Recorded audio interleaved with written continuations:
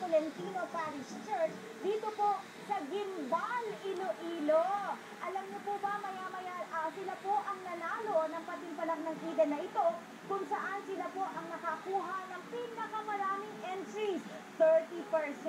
Ang winning dish po na mamaya ay papakita po namin sa inyo kung paano gawin ay ang pininyahang manok with cheese na ipinadala naman po ni Melanie C.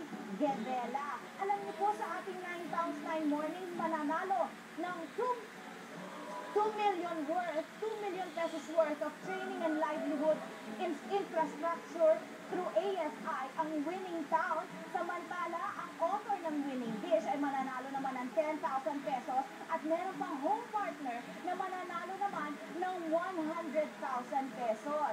Maya-maya ho, pagkatapos ng misa na pinangunahan naman po ni Reverend Father Socrates Sardon, ay magpapakain po ang Kraft Eden Cheese sa mahigit 300 tao na nagpunta sa simbang gabi dyan nga po sa Gimbal, Iloilo.